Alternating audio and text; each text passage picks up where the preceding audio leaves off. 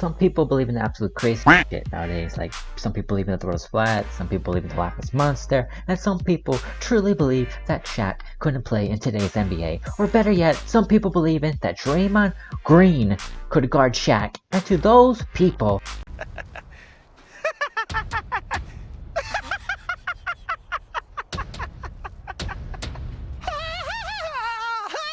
for those of you who may not know, or those who need a refresher about the unstoppable force that was Shaq, this is why Shaq would dominate today.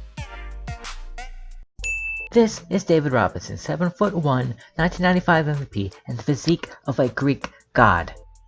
And this is Shaq not giving one solitary and treating this man like a small child. David gets up slowly and slapped away at Shaquille O'Neal. Dikembe Mutombo, 7'2", 260 pounds, and 4-time Defensive Player of the Year. Mr. Mutombo, thank you for coming. Get out of here. And the immortal Chris Dudley. Well, he's here just so I can run this next clip. Against Dudley, nice! Watch this now, Bob. Watch the power. He just overpowers him, and he comes down, and then he shoves him right there. They called the technical on Shaq on that play, and then the technical on Dudley for throwing the ball. Damn!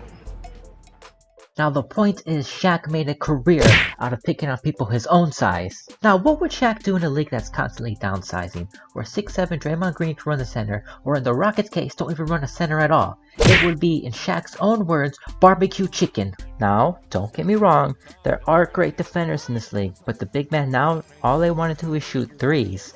So to expect anyone to have the upper body strength or the knowledge how to guard Shaq?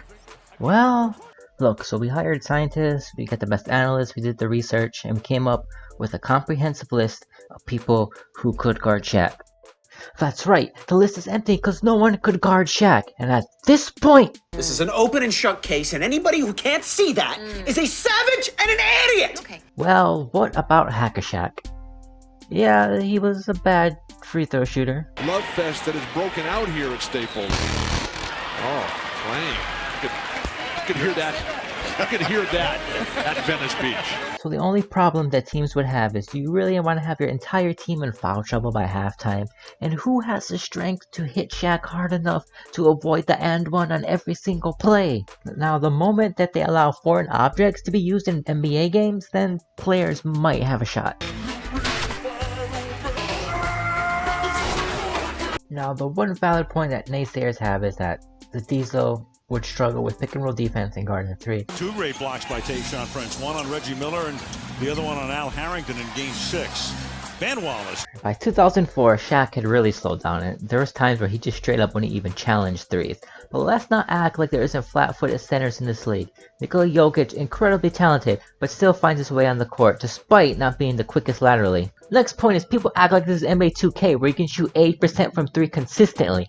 But Steph Curry's the greatest 3-point shooter of all time and he only shoots 43%, so that's not going to happen. By the way, 2K, fix your servers! Allow me to introduce to you the monster that is Orlando Shaquille O'Neal.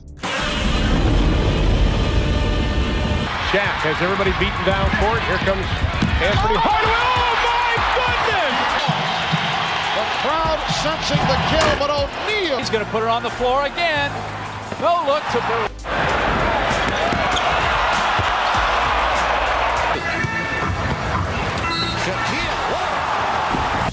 West, a bad decision in transition. Look out! Mother ran like a gazelle. Now let's talk about how players shape the league. Let's bring up Steph Curry, the greatest 3-point shooter of all time. And look at the space he creates.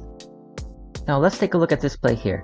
There are 0 people in the paint. Now this space allows plays like this to occur. Now Shaq would have the exact same effect, except in the opposite direction. Let's take a look at this play here. Shaq gets the ball, and there are 5 people in the paint. Well, today you wouldn't be able to get away with that because you would surround Shaq with 4 shooters.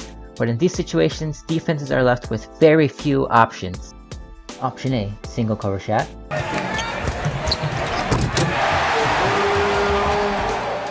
Option B, send a help defender. trying to get inside. Kept outside. Behind the back to Fox. Lays it up and in. There, the side out of bounds play was for Nick Anderson. Or Ladizzo might just say f it and look for option C. But by denying Jeff Turner, kept him out of it, but Shaq takes care of business. Simply put, the traditional big men, the Roy Hibberts of the world, might find themselves employed again to at least try to guard Shaq, or at the very least, whack him 6 times. But before we go, let's hear from the big Aristotle himself.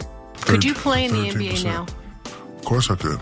And a lot of people, say, oh, well, it's a different game. No, when people are doing things different, that's when you got to do something different. Okay, everybody shooting jumpers fine, but I make my money on the inside. And a lot of people don't understand it takes legs and strength to shoot the jumpers. A lot of people have tried to shoot jumpers for 3 quarters against me. In the 4th quarter, banging up against me all the time. It won't work. And then I would always have that physicality. Because as you know, I don't give a shit about a find. So little guys coming to the lane, I gotta touch them up. And that's the video. Thank you guys so much for watching. Like, comment, subscribe. And if you have any suggestions for future videos, leave down in the comments down below. And until next time, El Pollo, signing out.